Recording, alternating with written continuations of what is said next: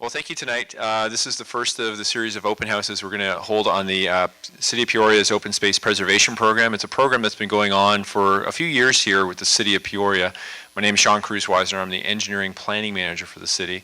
And also here tonight is Jeff Sargent, who's actually been helping prepare the master plan for the last few years. And then Bruce Meehan, who's our consultant from AECOM, who's actually helping do some of the science behind the master plan. Our goal here tonight is to educate about what we've been doing and actually also facilitate and get input back. And with that, let me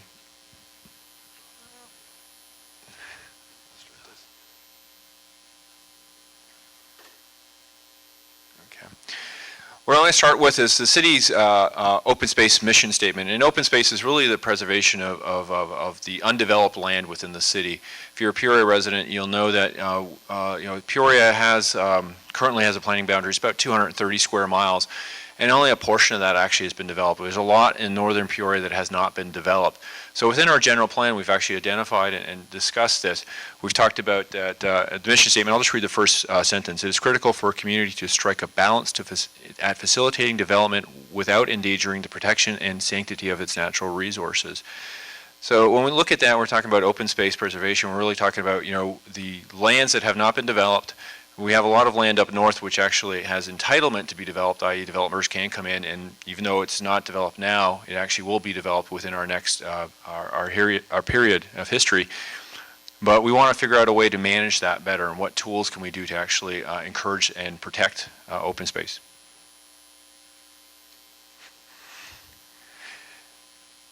Talk a little bit about the guiding principles that are actually helping us move forward with this. The City Council has actually had a goal for the last 36 months, and it's one of the key goals that they've given to staff, and what they want us to work on is preserving our natural environment. And with today's economic downturn, it's actually an opportune time for us to go in and look at that and see what tools we need as we move forward. The city also has a general plan, and that actually defines what we want to look for as the ultimate vision of what Peoria will look like for jobs, land uses, etc., circulation.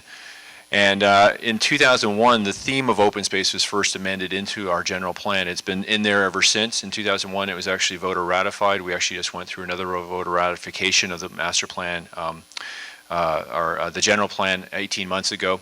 And again, we've just reinforced the need to protect Peoria's natural resources. In 1999, the city went through an exercise of creating the Peoria Desert Lands Conservation Master Plan. This was in reaction to the annexation of largely the lands around Lake Pleasant and some of the lands south of State Route 74 out to 163rd Avenue. And really what it was is that when that land came into the city realized, city staff and elected officials realized there need to be some sort of planning efforts to protect this, not just to allow it to all go to development.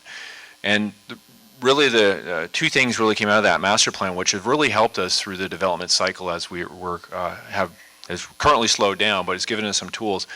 There's the Hillside Development Overlay District and the Desert Lands Conservation Ordinance. What these are actually zoning ordinances that allow us to work through the development process to actually protect sensitive lands. The hillside development is to do the hillside slopes, so if a development gets over a certain slope percentage, we discourage disturbance of that slope. We try to get the development to occur down in the lesser slopes. And then the Desert Lands Conservation Ordinance is really looking for the landforms, significant wash features. We're trying to protect those natural features. So we have two guiding documents that are currently in place that are tools to us to work through the development process to help protect open space. And that were a direct result of the Conservation Master Plan. And we also have what's called the Parks, Recreation, Open Space, and Trails Master Plan. The last update was adopted 2006, 2007. It's actually due for an adoption. And that talks about open space. It talks about the city's trail system and also the active and passive recreational needs of citizens and trying to protect that, and provides a guidance for that. So these are some of the detailed documents that we looked at, and we saw and investigated to see if there's a need to change any of these. With this current program, as we move forward, we sort of came up with 4 vision statements. Identify ecological and historically significant lands. That's North Peoria has a rich cultural history from historic and prehistoric, and we want to go out, and we've actually been working with this master plan to actually identify those and catalog those. provide abundant and high quality recreational opportunities. These are multiple opportunities. There's existing opportunities, OHV opportunities up in the northern area. There's existing trails. What do the citizens in Peoria want to see happen with the lands that aren't going to be developed? Create an extensive open space network for future generations to enjoy. That is really linking it all together. You know, we want to do something now. We have the opportunity. We are not built out. We have a lot of land to be developed. We have a lot of properties that are entitled to come in and be developed. But how can we change how Peoria builds out and to protect our natural history, our natural history? And then the other vision is to prioritize desirable open space properties for acquisition. Because we realize, you know, we don't have an unlimited funds available to us right now to just go out and once we identified everything, just go out and purchase it. So we actually have to figure out what are the priorities. Is it development pressures? Is there a cultural site that we want to preserve? Is there something else that's driving the need in the near future for us to actually go and protect that land? And to jump in about the funding right now, the city has identified funding actually for the preservation and purchase of open space. So the capital project, that's actually a star numbering schema, CS 00089, it shows up in our city's capital fund. The name, I think, just got modified, but there's about just under $3 million in funding available for us to go out and actually purchase open space. That's the cash we have in the bank right now. Beyond that, the city's actually gone out and has voter authorization to sell general obligation bonds, and we have about $8 million in bonding authority. That authority came in 2002 and 2004 bond elections when the city went out and asked for that authority. That's not money we have in hand. We'd actually have to issue bonds for that and that'd actually compete for other funds, but it is actually another funding mechanism available to us. And I'll talk about impact fees. After the 99 master plan was adopted, the city went through a process and was able to identify that we wanted to collect impact fees on, it was actually only single family and multifamily residential homes. When they developed, a small fee was collected on a single family home. I think it was $137 per household. That was put into a pot of money available for open space acquisition. That's where a portion of the just under $3 million we have available right now is from. There's actually a recent Senate bill that changed our ability to do that, Senate Bill 1525. And as of last December, the city is no longer collecting those impact fees. The money we had collected up to that point through development, we actually, about $1 million is part of our available funds. And we're hoping as we move forward and the city actually works through the implementation of that new Senate bill, we can actually, again, use that as a funding mechanism in the future. But again, we have some money. We don't have a lot of money, but I just wanted to point that out.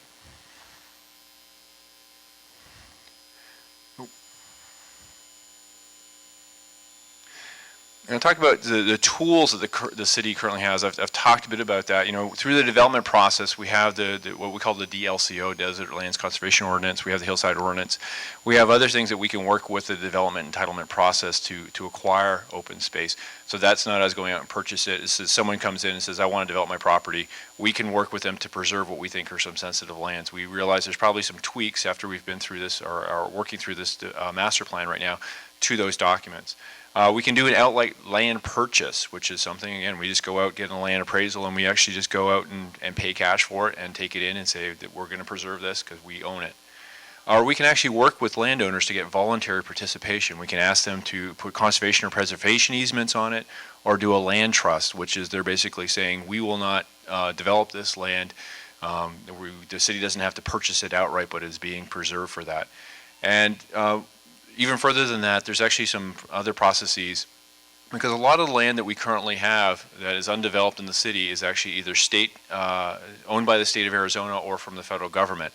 So there are specific mechanisms that we can work with those agencies. With the state trust, there's actually what's called the Arizona Preserve Initiative where we can get a designation placed on that land that helps us go and purchase it in the future. And then with the federal lands like BLM, Bureau of Land Management, or Bureau of Reclamation, BOR, we can work with management agreements with them. So we're looking at this master plan is letting us look at everything, or this master program is letting us look at all the opportunities available to us.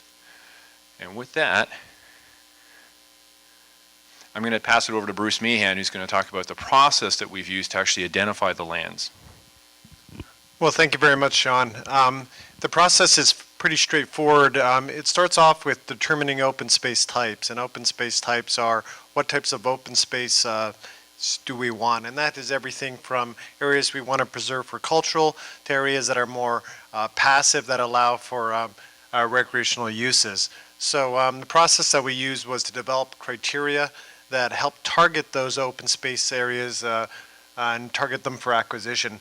We collected various sets of data. We're still getting it in as stakeholders get involved.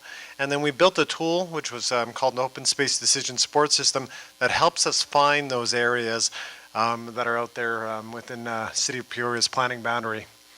Now, where that emerged and where it's changed over time is this has emerged from a tool and a vision to an actual program. And that program is a long-term program to actually go out and acquire additional lands for both preservation as well as public use.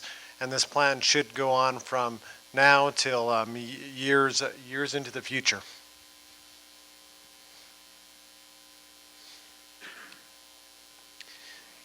If you break down the model and you think of it in its most simplistic way, it starts off with what are the open spaces that you're looking for, whether it's for cultural, whether it's for preservation of natural resources, or whether it's for recreational use.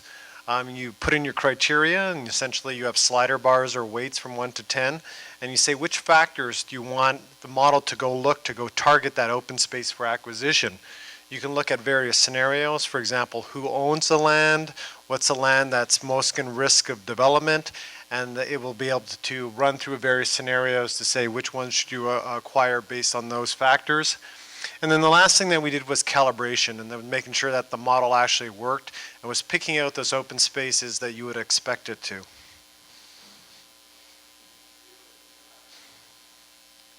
Now, what's interesting about this model is traditional models, if you look at models that might have been done about 3 or 4 years ago, they dealt with the overlay method. So places where you might have a sensitive resource, and then you overlay it in with a cultural resource, overlaid by some other factor. Those 3 factors would be highlighted in the model, and that would be the place that you would acquire. This model, in fact, looks at the relationship of various things. It says, how close am I to a trail? How close am I to a sensitive area? How close am I to a really cool view shed? And it says, let's acquire that one because it's got public access, it's got great views, and it's got some resources. So let's put our money where there's multiple factors that contribute to that open space type. So the models now are starting to evolve to understand relationships. So if we look at some of the unique things of this model, it looks at not only resources, but it looks at risk of development. How likely is that parcel is to develop? It understands visibility. What are our view sheds that are out there? It understands the cost of the land. So who owns it and how much is that going to cost taxpayers? Can we do it through just simply dedication?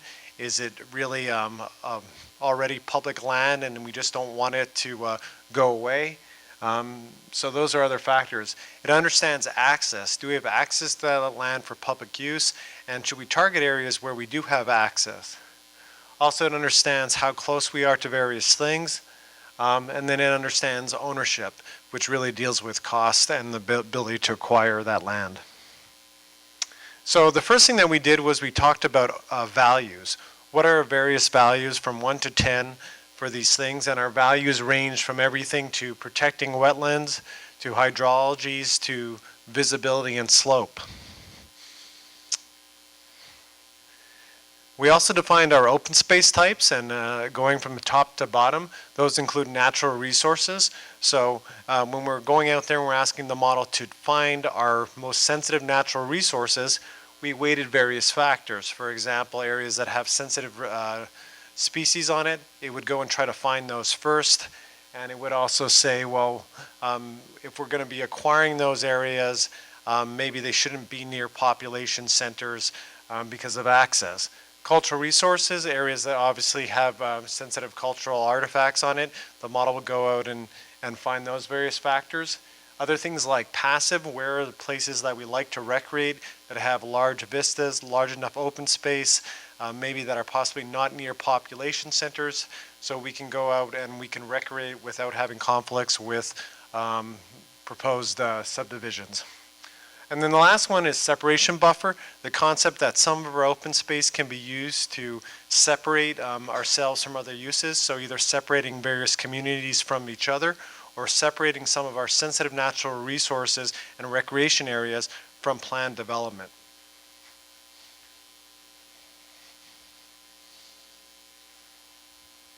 The other interesting thing of the model is in today's times, a lot of people just look at resource protection and where are the areas that are most sensitive in terms of acquiring it for open space. This model actually looks at things through a variety of filters and lenses. That includes not only resource protection, but also what lands can we acquire for protection that is the most minimal public cost. So where's our biggest bang for our buck that we can do, and allow the model to identify those. Areas that are our best value, so maybe areas that are most at risk of being developed, that have the most sensitive resources, but also have the lowest cost to taxpayers. Last is our complete open space program that looks at all these factors, how many dollars we have, and let's target something that has both passive uses where we're allowed recreation, other ones where it's cultural resources. Let's look at the whole package to make sure that we're making the best decisions.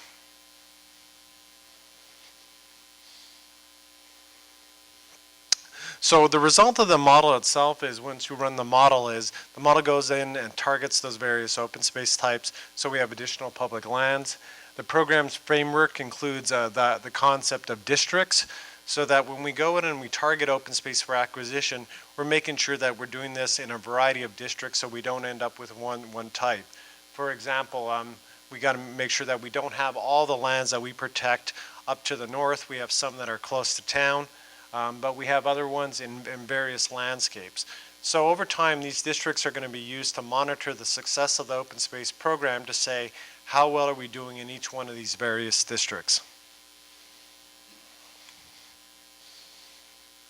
So the model has recently been run based on those 4 open space types, and then actually 26 values for each one of those for each open space type. And it's come up with a series of recommendations for acquisition. Again, these can be changed based on changing those values and changing some of the data inputs. But we now have some of those initial results. The purpose of the next series of public meetings is to get input on what those values are, where these open space acquisitions should occur, and making sure that we have not only the public support on this, but also our stakeholders to make sure that this program moves forward. On that note, I'll turn it over to Jeff Sargent to describe some of these priority areas. Okay, thanks, Bruce. Oops.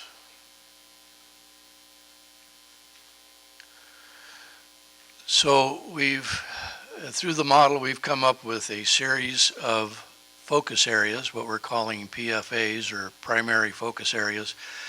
The model has given us some fairly rich information on the different types, the natural sensitive, the cultural separation, and what have you.